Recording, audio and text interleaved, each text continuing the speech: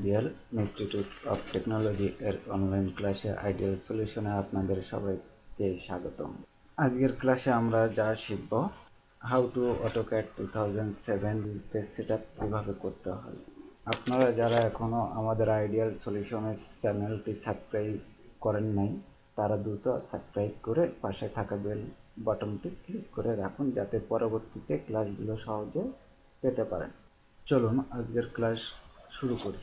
প্রথমে আমরা অটোক্যাড ফাইলটি ওপেন করি। এই ফাইলটি একবার সেট আপ করা হয়ে গেলে এই কপি করে বারবার কাজ করা যায়। প্রথমে আমরা ইউনিট সেটিং করব, সেই জন্য আমরা ফরম্যাটে যাব, ইউনিট সেটিং করব।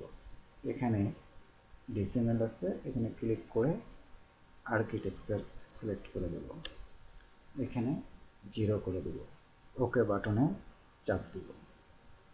তারপরে আমরা আবার ড্রয়িং লিমিটস যাব। প্রথমে এটা হচ্ছে স্পেসিফিক লোয়ার লেফট কর্নারের মাপটা দিয়ে দিব। প্রথমে আমরা @ দিব, 0,0 দিয়ে দিব। তারপরে স্পেসিফিক আপার রাইট কর্নারের মাপটা দিয়ে দিব।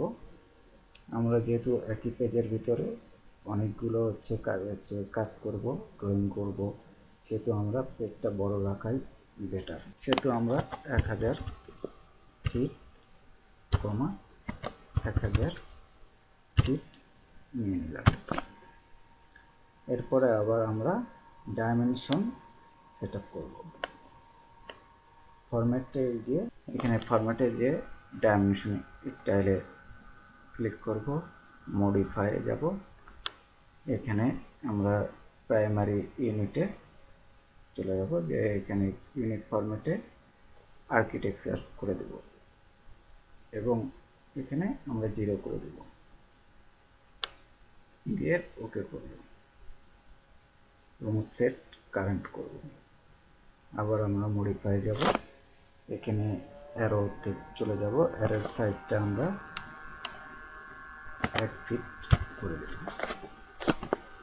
টেক্সটে যে আমরা স্টাইলটাকে চেঞ্জ করে দিব আমাদের ইচ্ছা মতো, যে যেটা পছন্দ করে সে টেক্সটটা ফন্ট সাইজটা করে দিব। আমরা করে দিলাম দ্য টাইম নিউ রোমান এবং এটার হাইটটা করে দিলাম 10 ইঞ্চি।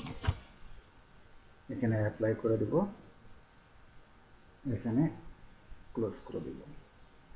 এখানে আমরা এবং এখানে এটাতে ক্লিক করে দিব, তাহলে ডাইমেনশন দেখতে সুন্দর লাগবে। এবং এখানে টেক্সটে হাইটটা বাড়াই দেব, 10 ইঞ্চি দেব।